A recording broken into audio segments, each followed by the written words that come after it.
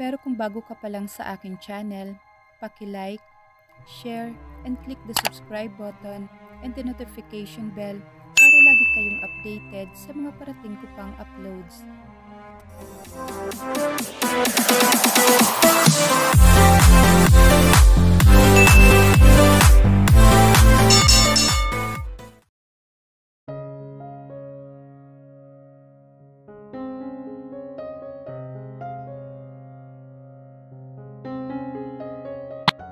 Matagal nang hinihingi ni Doktora Amanda ang mabigyan siya ng apo mula sa nag-iisang apo nito na si Dr. Paulo Madrigal Benitez bago niya ito bigyan ng mana. Pero matigas ang ulo ng binata dahil panay ang trabaho, barkada at pambababae ang inaatupag nito. Kaya kusa na kumilos ang abuela na atat makakita ng apo dahil sa kawalan na niya ng tiwala sa apo. Pero imbes na anak ng isang mayaman at may pinag-aralan, ay nagising na lang si Paulo na kasal na siya sa isang babaeng laki sa lansangan na si Alora Corpus. Anong gagawin niya para malusutan ang problemang dala ng lola niya? Ngunit paano kung pagsisihan niya ang mga nagawa niyang desisyon? Maibabalik pa ba niya ang bagay na kukumpleto sa kanyang buhay? O tuluyan na itong mawawala sa kanya kasama ang kanilang anak na matagal nang hinihiling ng lola niya? What is this, Dad? Out of frustration, ay ibinalibag ko ang pintuan. Hawak ko ang papel na nagpapakibot ang sentido ko sa galit. Heto na naman ang problema na dumagok sa buong buhay ko. But today, this is horrible. Fixed marriage. Buhay ka pa palang bagay ka? Napahinto ang ama ko sa pagbabasa ng dire-diretso akong pumasok sa opisina nito dito sa bahay namin. Paulo, you're giving me a heart attack. Don't you know how to knock? Sa gulat ay nainis ko ang ama ko na busy sa pagbabasa ng dyaryo. Actually, naglalaro lang yan ng Sudoku just to kill time. This one? Ano to? At andito ang pangalan ko. Is this kind of a prank to you? Hindi ako natutuwa. Ano ba? Marriage certificate as you can see, Pao?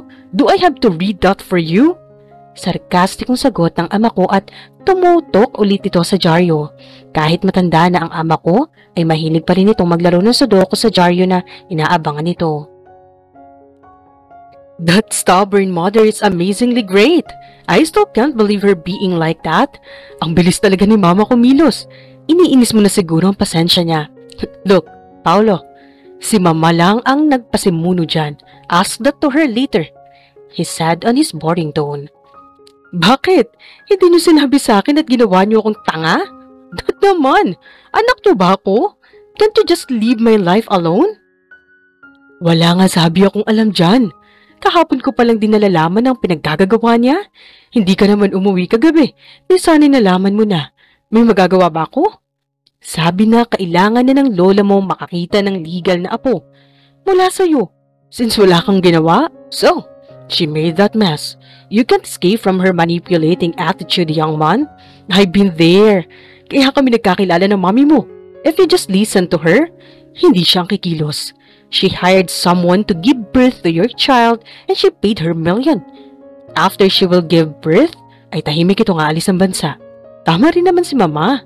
Abay, tumatanda na kami pero wala pa kaming nahahawakang apo. At your age, magdadalawang taon ka na sa mundo. Buti nga at umabot ka pa ng 30 at malaya ka pa. Give us a grandchild since she paid her to be a surrogate wife. Mahabang paliwanag ng ama ko at nagpatuloy ulit ito sa pagbabasa pero nagpanting ang tenga ko sa sinasabi niya. Wait, what? Nag-hire siya ng surrogate mother? Ano ako bakla? Bakla at hindi marunong gumawa ng bata sa iba? Why not my woman? Mas magaganda pa sa babaeng napili nito for sure. Magaganda ang lahi namin. This is insane. Hindi ko to pipirmahan. Kumuyom ang kamao ko dahil sa tinding pagpipigil. Kung hindi ko lang sila magulang, ay malamang na binubog ko na silang lahat. Dahil ginawa nila akong katawa-tawang tao sa pamilyang ito. Ipinakasal nila ako sa isang babaeng kailanman ay hindi ko nakita. Na hindi man lang kami nag-date. Ano to? Drama sa Korea na set-up marriage? Kapag kailangan ng apo, ay maghahanap sila ng mahirap pero deserving na babae. At kapag nakita ang babae ay magka-love at first sight at magka-developan kaagad ang feelings, count me off. Dahil hindi ako ganon. Pero hindi lang kasal ang balita nito kundi pilitin akong magkaroon ng tagapagmana. Nasisiraan na ba sila ng ulo? Yan na ba ang napapala niya sa pagiging addict niya sa mga K-dramas na yan? Diyos ko! Paulo, listen boy. You know your Lola too well. Sa sobrang excited nito ay pumili na talaga si Mama. Well, she's not bad. I assure you. Magugustuhan mo din siya, just a little makeover. I used to be like you before, but I never regretted that she introduced me to your mom. Magugustuhan mo. We met her yesterday and I can say na magugustuhan mo din siya. She's young and beautiful. Baka nga ayaw mo nang pakawalan. I don't know their story but she cornered Alora, something like that. Prepare yourself for dinner at isasama din ni Mama ang asawa mo pag uwi niya. Calm down and relax yourself. At ang kapal pa talaga nilang sabihin na asawa ko. Bakit ako ba ang nagpakasal? Humanda ka talaga sa aking matanda ka. Kung hindi magtatanda ay hindi magkakaisip ng ganyan? Ha? Baby maker? A surrogate one? I fucking hate you all. Asawa may ash. Why not call her baby maker or slut? There's no way I will call her my dumb wife. This idea is bullshit. Bakit ang mga kaibigan ko? Malaya sila sa buhay nila at hindi inaargabyado ng pamilya nila. You still need to or else. Sa kangkungan ka pupulutin. Gusto mo bang mawalan ka ng mana? Sa magiging anak mo na apo namin, ipapasa ang kayamanan ng lola mo at hindi nagbibiro ang isang Amanda Montero. Baka nakalimutan mo. Stop the rebellion kung may plano ka pa sa buhay. Inis na iniwan ko ang ama ko sa opisina nito at dumiretso na ako sa kwarto ko. Kahit kailan talaga, ay hindi nila pinaramdam sa akin ang magkaroon ng malayang desisyon sa buhay. Maging ang pagdodoktor ay ipinilit sa akin dahil lahing doktor sila. Masama bang maging piloto? Yun ang gusto ko pero binara yun ng lola ko dahil delikado daw ang buhay ng aeronautics. At heto na naman ang problemang to. Magdadrama na naman ang matandang yon. Kahapon, pagkatapos ng 12 hours na operasyon, ay pagod akong bumalik sa opisina ko at dumiretso na sa munting silid ko at kaigad nagpahinga. Mahaba-haba rin ang tulog ko kaya pagkagising ko ay gabi na hindi ko napansin ang bagay sa working table. Lumabas muna ako para puntahan si Lola. Papunta pa lang ako ng office nito nang nakabangga ko ang isang pasyente sa may elevator. Sorry po, yukong sabi nito. It's okay. Sabi ko at tinalikuran siya, pero hindi pa ako nakapihit sa doorknob ay tumawag si Hector through VC. Kaya bumalik ulit ako sa may elevator at lumabas para kakain muna ng hapunan. Pagkatapos kong kumain, ay dumiretso akong senaryo at nagsaya kasama ang mga kaibigan ko at mga magagandang babae. This is the very best of my life. Until I ended up in a hotel room with a messy-haired woman in my arms and nagisnan kong kinabukasan. Dali-dali ako nagbihis at iniwanan ng babae na tulog mantika sa kama. Kailangan ko pang pumasok sa trabaho, kaya dumaan muna ako sa bahay para maligo. As usual, hindi na bago sa pamilya ko na hindi kami nagkakaabutan dito. Pagkatapos ay dumiretso ako kaagad sa ospital. Doc, nasa table niyo na po ang history ni Joy. Sabi sa akin ng assistant nurse ko, hindi ko na siya sinagot. As usual, robing muna hanggang sa may scheduled check-up and operation na naman today. Ganito ang buhay ko, hindi ko mahindian ang tumulong. Pasado 4:00 na ng hapon na nakabalik ako sa tanggapan ko. May isang brown envelope na sa mesa ko kaya dali-dali ko itong binuksan. At isang larawan ng babae pero hindi yun na nagpapahatak ng atensyon ko kundi sa isang papel. Kagagaling ko pa sa trabaho at umuwi talaga ako ng maaga dahil lang sa papel na ito na dumating kanina sa ospital. Who else can do this to me? Naiinis ako sa abuela ko na mahilig manipula sa buhay ko. She's the mastermind after all. Kailan pa to sa table ko? Tanong ko sa assistant nurse ko at ipinakita sa kanya ang brown envelope. Kagabi pa lamang po. Sagot nito. I just turned 30 for pity's sake. At wala pa sa isip ko mag-asawa? Magkaroon pa kaya ng anak? Ano bang nasa isip nilang lahat? Nanginginig ang buong kalamnan ko sa sobrang galit. Gusto ko maging malaya at walang inaalala tulad ng ibang lalaki. Pero bakit nila ako ginaganito? Ang magkaroon ng asawa pa kaya? Paano ko matatanggap yan? Narinig ko ang ugong ng sasakyan at alam kong ang magaling kong lola ang dumating kaya hindi na ako nagbihis dahil sinalubong ko na sila nang pumasok sila sa loob. Kasunod ang isang babaeng payatin pero mabutla. Baka bagong hired assistant lang nito. Maliit lang ang mukha pero hindi kagaya niya ang gusto ko. Gusto ko ng sexy, sophisticated at may pinag-aralan. Iho, you're home. Look who's here, Alora. This is our Paulo, your husband. Masiglang bungad ng lola ko na animoy nanalo ng loto sa kanto. La? Ano to? At sino siya? Siya ba ang hired baby maker mo? At ikaw, babae, anong mapapala mo kung susunod-sunod ka sa lola ko? Ha? Yaman? Duro ko sa babae na nakayuko lang. Gusto ko mag-gulap sa sobrang inis na dinanas ko ngayon kung bakit naiipit ako ngayon.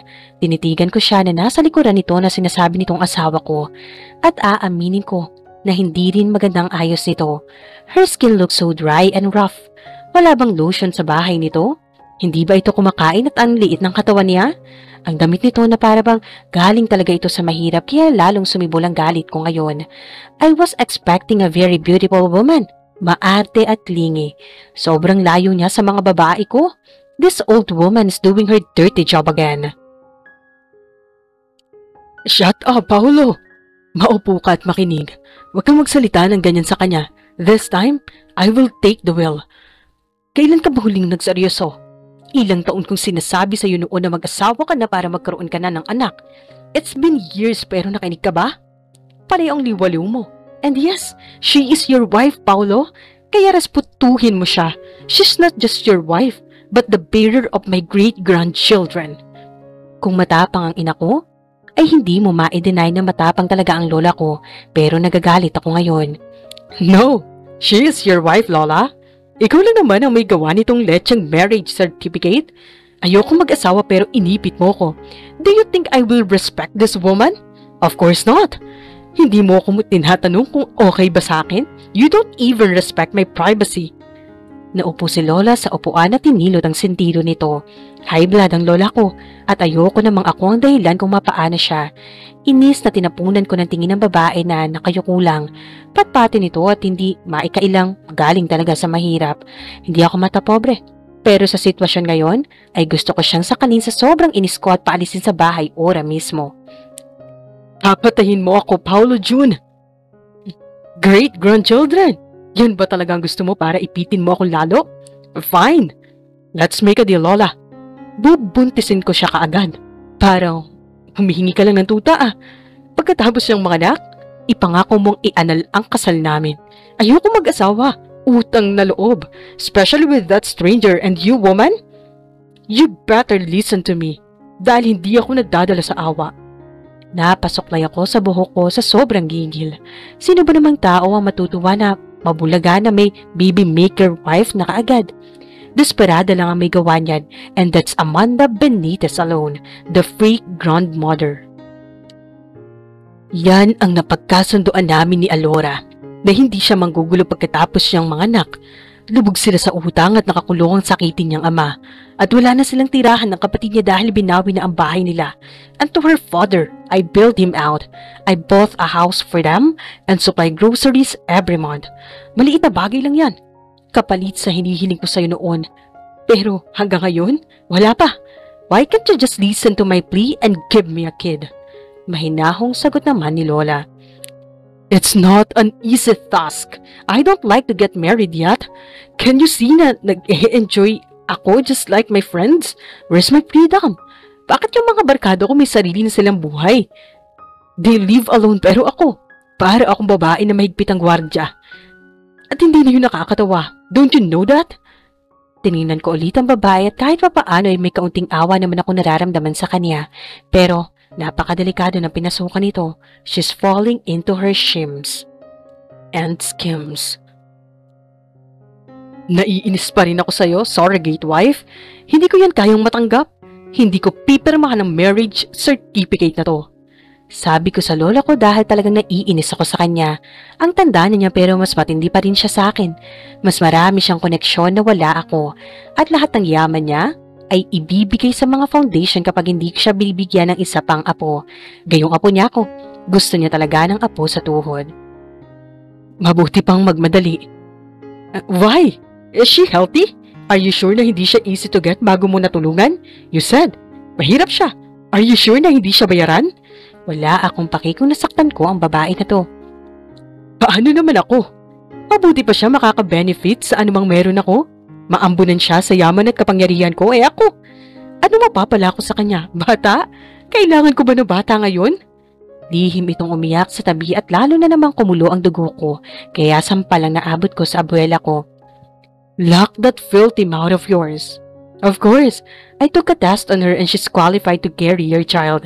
Unlike your woman, na kani-kanino pumapatong basta may pera. Alora? Magpapahinga ka na, iha. Alam kong pagod ka. Paulo, go. Ihatid mo siya sa kwarto niya. What's the difference with her? My girlfriends are way better than her. What a boring wife I've got, Grabe. I got second-handed wife. Shut up. Huwag mo akong sawayin. Dahil kapag hindi ako magkaanak kaagad, this year, wala ka ni isang kusing na makukuhang pamana sa akin. Now, samahan mo si Alora at mag-usap kayo. Naiinis man, sinunod ko ang lola kong siga. Lahat na lang nadadaan niya sa dahas at ako tuloy ang naiipit. Ako dapat ang pipili sa magiging asawa ko, hindi ang nasa tabi-tabi at higit sa lahat yung virgin. Ako ang pinaka-proud na asawa kung ako ang una. You war? Follow me. Malamig na utos ko sa babae. May sinabi pa si Lola at wala akong pakialam sa kanila.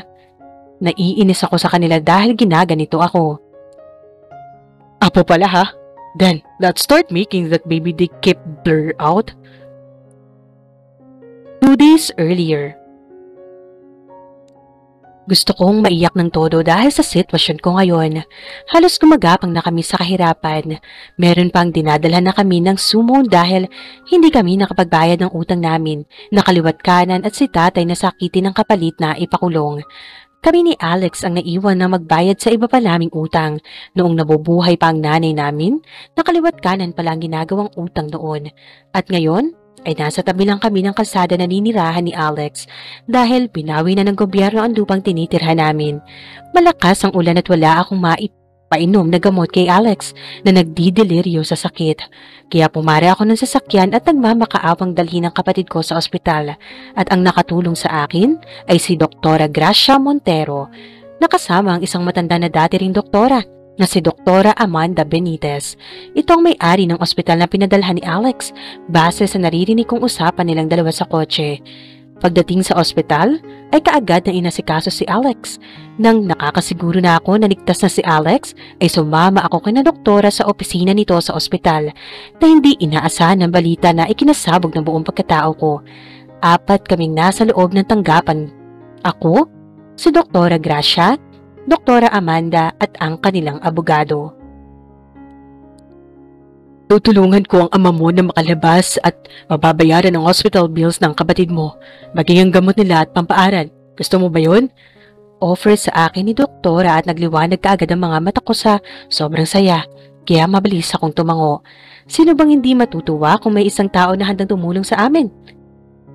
Kahit anong kapalit po, Doktora. Kahit magtrabaho po ako sa inyo na walang sahod, okay lang po sa akin. Mabilis kong sabi.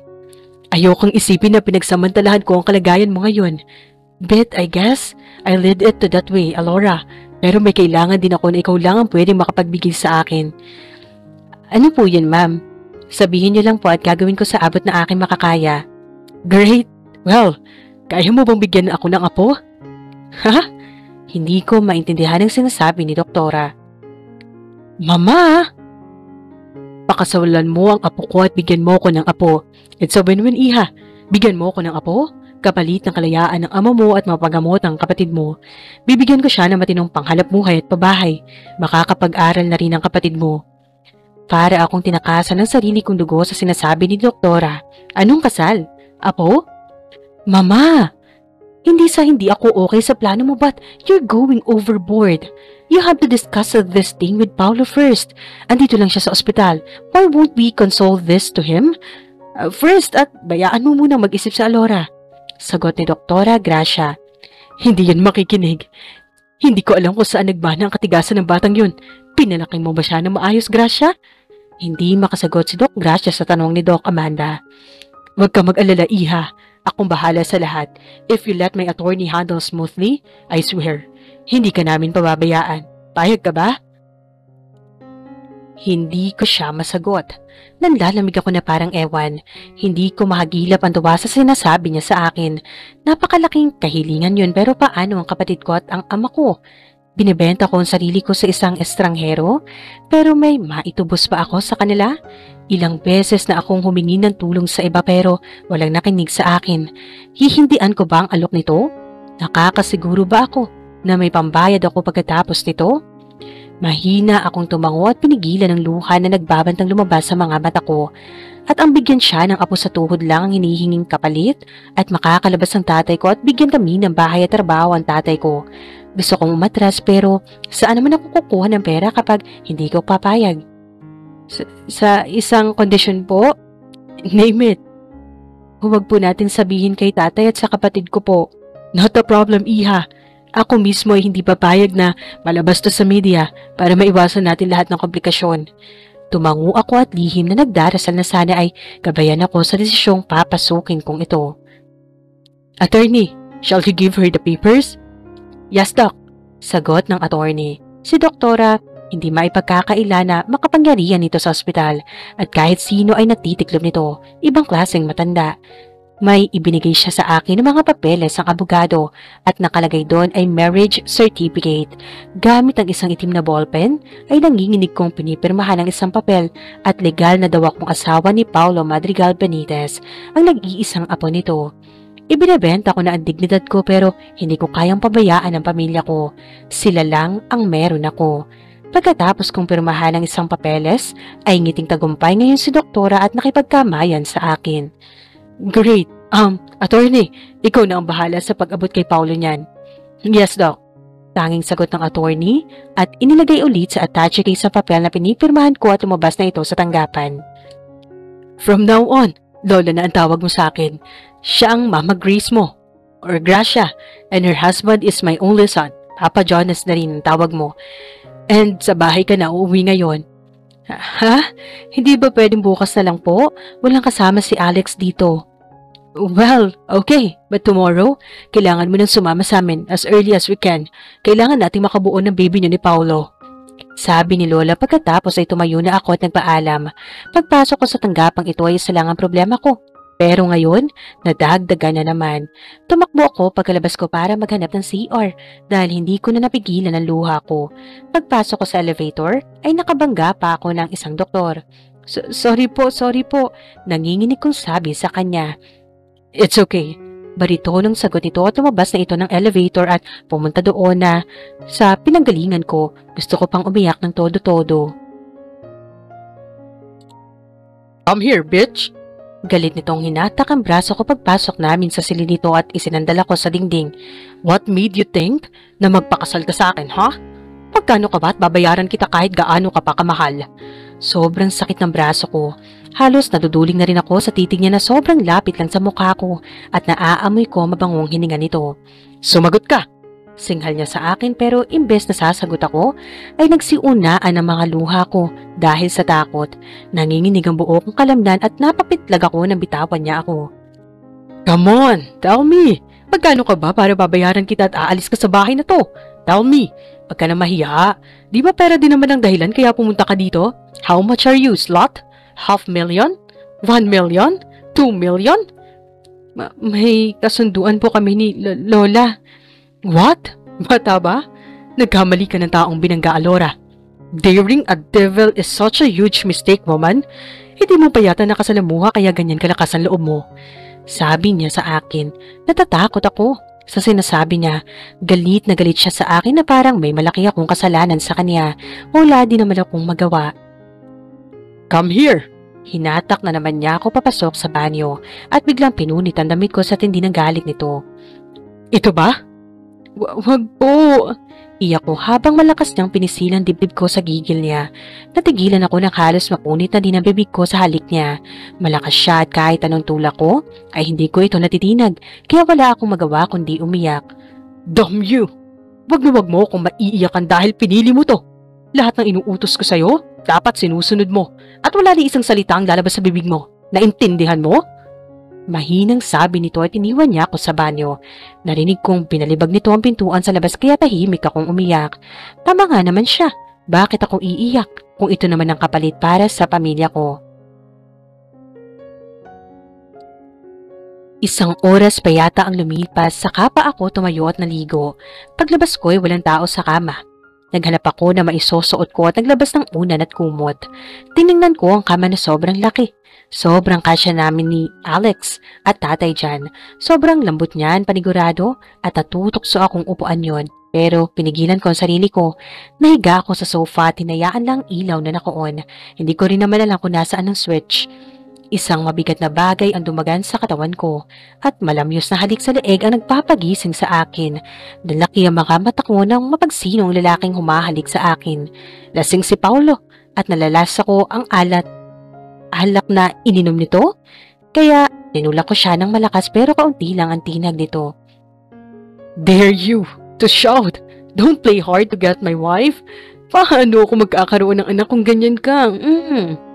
Sabi niya at napapikit ako nang halikan niya ulit ako at pinamasahe ang dibdib ko. Can't you just kiss me back and spread your legs wider? Singhal niya sa akin. Heto at galit na naman siya. Mabigat ang katawan niya na dumagan sa katawan ko at halos hindi na ako makahinga. Abot-abot ang kabatiya ko nang hinubad niya ang panty ko at hinalikan niya ako ulit. Sinubukan kong gayahin ang halik nito sa akin habang pilit nitong binuka ang hita ko. Nakikiliti ako na parang ewan. Naintindihan ko siya kung bakit ganyan siya magsalita sa akin na animoy napakadumi kong babae pero wala sang choice at sobrang kapal ang mukha ko na pumayag magpakasal sa isang katulad niya. Pagkus pa namang gulating kang kasal ka na at pirma na niya ang kulang doon sa marriage certificate.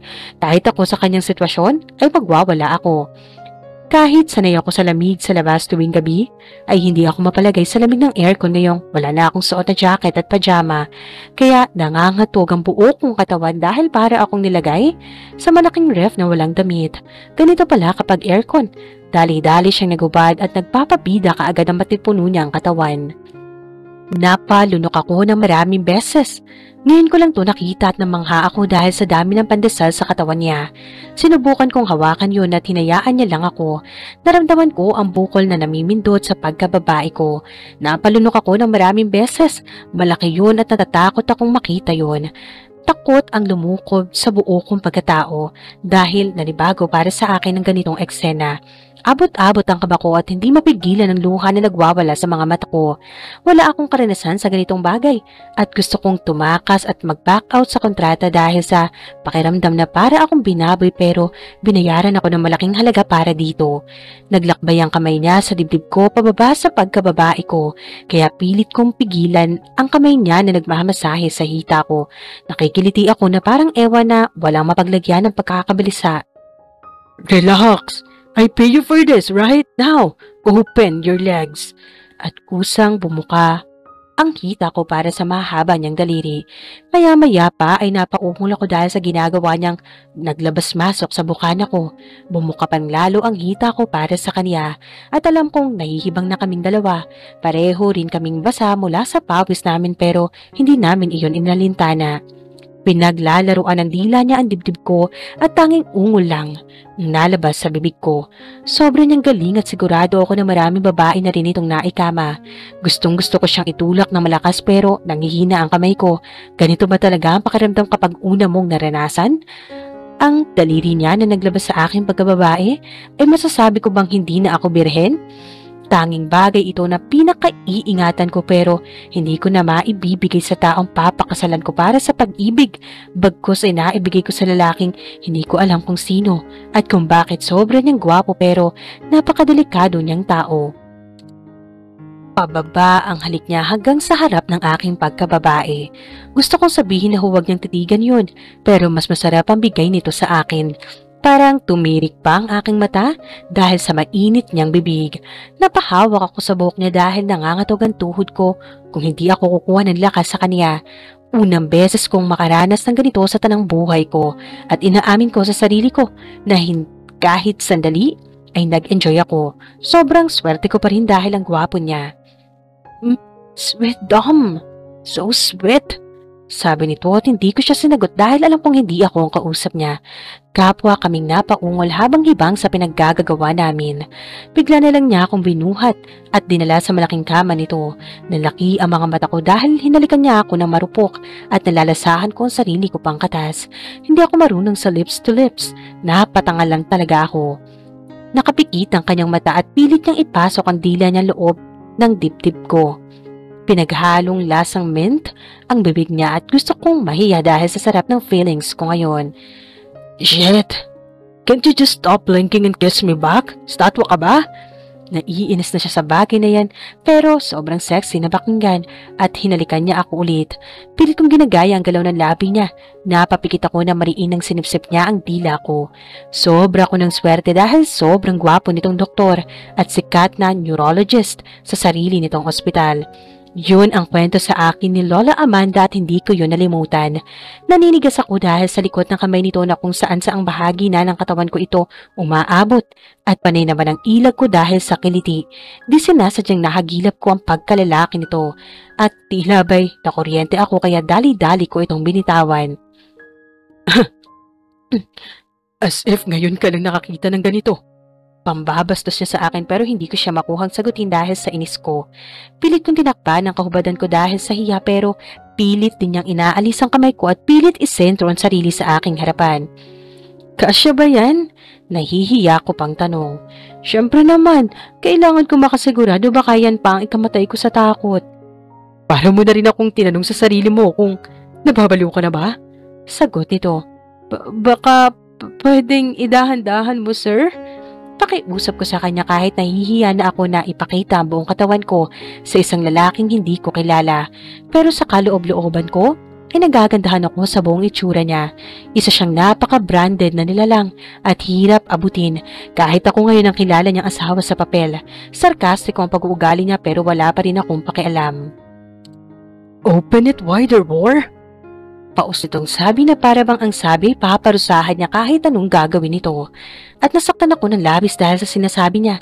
Hindi ko alam ang ibig sabihin ng war, pero alam kong masakit na salita yun na iminumungkahin niya sa akin. Pabigla niyang idiniin ang kalakihan niya sa akin na naramdaman ko ang pagkapunit ng hymen ko at hindi ko mapigilang mapapikit at tumulo ang luha sa sobrang sakit. Maging ang mga kuko ay bumaon sa braso niya. Mahina ko siyang tinampal sa braso. Nakita ko ang dugo na bumahid sa pagkalalaki nito, maging siya ay natigilan dahil siguro ay hindi niya alam na virgin pa ako. Nanginig ang buo kong kalamnan sa tindi ng hapdi at kirot. You're virgin? Seriously? Hindi ka man lang naglandi sa iba para naman may karanasan ka? Domnet! Galit na bulyaw niya sa akin. Kasalanan ko pa ngayon kung bakit wala pa akong karanasan sa kanyang bagay. Sabi ko ng dahan-dahan eh. Ikaw lang naman ang hindi nakikinig. Tinanong naman kita kung asya ba yan. Iyak na sagot ko sa kanya. Hindi ko kinakahiya na ako'y virgin sa ganitong bagay. Okay lang. Kakayanin ko. Hikbing sagot ko habang nanginginig na din. Baka bigla na lang siyang magalit at palayasin ako sa kwarto.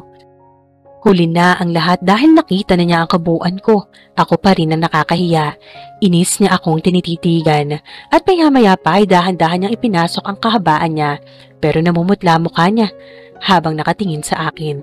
Hindi ko alam kung natakot ba siya o ano dahil malalaking butil ng pawis ang nagsilabasan sa mukha niya at pakiramdam ko ay dinahan-dahan talaga nito para hindi ako masaktan.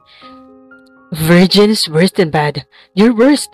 I got a worst wife in bed, slot. Sabi nito sa sarili. Dahan-dahan ang galaw niya hanggang sa nakaramdam ko ng sarap ng galaw nito.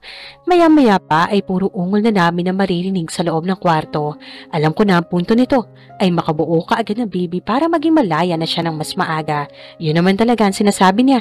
Habang iniisip ko, ay mabayaran lahat ng utang namin at mamuhay ng tahimik kasama si tatay at si Alex. At ngayon, naramdaman ko ang sobrang sarap at para akong dinala sa langit sa mga sandaling ito hanggang sa huminto siya. Palatandaang tapos na. Sobrang sarap pala ng pakiramdam. Dapat ba ako magpasalamat sa kanya dahil ginawa niya akong kumpletong babae sa harap niya? Dahan-dahang hinugot niya ang kahabaan nito at naramdaman ko ang pag-agos ng likido mula sa loob ko na sa kanya din galing. Kaya kahit masakit yon, ay pilit kong tinakpan ang sarili ko habang siya ay kaagad nagbihis at lumabas ng silid ng walang sinasabi. Ngayon na napag-isa ako, ay lihim akong napaiyak sa pobreng buhay ko. Wala akong kaibahan sa isang babaeng bayaran at mas masahol pa ako dahil kapag mga anak na, ay iiwan lang ang sanggol at magpapakalayo-layo. Kaya ko bang gawin yon? Dugot naman ko ay iiwan ko para sa pera? Ni hindi ko maituturing na anak ang sarili kong anak. Patawarin niyo po ako, Diyos, kung sa ganitong pagkakataon ay naging makasarili at naging mahina ako para sa pera. Kinabukasan, sobrang sakit ng balakang ko at naramdaman ko ang panginginig ng kalamnan ko. Hindi ko maidilat ang mga mata ko sa tindi ng lamig at masakit ang katawan. Lalo na ang dibdib ko. Nilalagnat ako at wala akong maasahan na tumulong sa akin. Maraming beses na ako nilalagnat noon pero hindi ko yun inaalintana. Alam kong gising na si Paulo sa tabi ko dahil sa paraan ng paghinga nito. Maya-maya pa ay bumangon ito at binalibag ang pintuan ng banyo. Maya-maya ay lumabas ang isang Diyos na galing sa banyo. Banyo King! Wala itong takip sa katawan at wala itong pakailang kung kitang-kita ang alaga nito at ang mataba nitong puwet habang naghahanap ng maisusuot sa trabaho. Maganda ka mamaya. Gusto ko hubad ka na dito sa ibabaw ng kama pagdating ko. That's your job, right? Hanggat hindi ka nabubuntis, ay hindi kita titigilan. Unless may period ka. The earlier the better. At nang makauwi ka na sa inyo. Okay, sir. Baka pwedeng bukas na lang? Sobrang sakit kasi ng ano ko at masama ang pakiramdam. Gusto ko muna magpahinga dahil sobrang sakit ang buong katawan ko po. Dadalawin ko pa ang kapatid ko dahil walang nagbabantay sa kanya. Iiyak po yun. Tininan niya ako na masama at lumapit siya sa akin at sininat ang leeg at noo ko. Shit! Okay, fine. Magpagaling ka kaagad.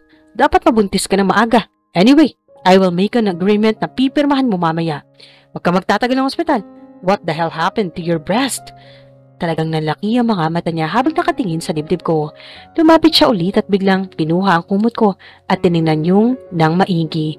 Ramdam ko ang pag-iinit ng mukha ko dahil para akong bold star na pinakatitigan niya. Where did you get this? May cancer ka ba? Sumagot ka. Binugbog ka ba? Inaabuso ka ba? Hindi po. Pinisil mo po kasi ito na mariin kagabi doon sa banyo at hanggang ngayon ay masakit pa rin. Sinong dapat sisihin? Ako po. Mahina akong sagot. Sino bang dapat sisihin? Pinili ko ito kaya hindi ako dapat magreklamo. Good. I have to go, Mrs. Montero. At umalis na ito. Gusto kong kiligin sa huling sinabi nito pero alam kong dala lang yun sa sobrang galit ni Paulo. Ang swerte ko at ang gwapo na lalaking magiging ama ng anak ko. Malamang magmamana sa kanya dahil gwapo siya. Mayaman pa. Pero nalungkot ako sa bagay na napagkasunduan namin ni Lola Amanda. Hindi ko maituturing na anak ang sariling anak ko pero may magagawa ba ako? Hindi ako kikilalaning ina ng anak ni Paulo dahil yun ang nasa kontrata. Hindi muna ako bumangon at natulog muna ako saglit para makapagpahinga muna. 1.5 oras ang lumipas nang magising ako sa sobrang lamig. Nasa ganun pa rin akong posisyon at napapikit ako dahil sobrang hapdi ng kwan ko. Naamoy ko pa rin ang dugo na mula sa akin. Napabangon ako. Nakaramdam kong medyo maraming dugo na ang bumahid sa kama. May dalaw na ako kaagad. Napabuga ako ng hangin. Hindi ko na naman naalala.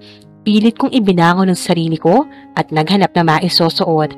Sa naalala ko, ang kapatid ko ay kahit mabigat at masakit ang balakang ko, ay kailangan ko silang puntahan. Kailangan ako ng kapatid ko ngayon at ni tatay. Kailangan nila ako doon sa ospital. Paika-ika akong bumaba at nakita ko si Lola sa may garden nito at ang kanyang private nurse. Lumapit ako sa kanya para batiin kaya inayos ko ang lakad ko para hindi ako mahalata ng mga tao dito. Good morning, Paula! Good morning! Maayos ba ang tulog mo? Ngumiti si Lola nang nakaluloko. Kahit matanda na si Lola, ay may pagkapilya pa rin ito. Siyempre, hindi ko sasabihin na maayos ang tulog ko kung si Paulo mismo ay hindi natatamlan ng antok. Opo naman la, medyo naninibago lang po ako. Lola, dadalawin ko muna si Alex. Okay lang po ba? Of course, Iha. Para na rin madalaw mo ang apo ko. Galit pa yun pero sa totoo mabait talagang bata yung apo kong yun. Sige na, pagdala ka ng pagkain para sa kapatid at amo mo. Sabi ni Lola at nag-utos ito sa mga kawani para magbalot ng pagkain. Hindi ako sanay sa mga ganitong buhay. Malamang, pagkakainitan ako ng mga tao dito kaya tumulong na lang ako sa kusina. Dumaan muna ako sa grocery para bibili ng sanitary pad at underwear. May pera naman ako na bigay sa akin ni Lola Amanda para allowance ko.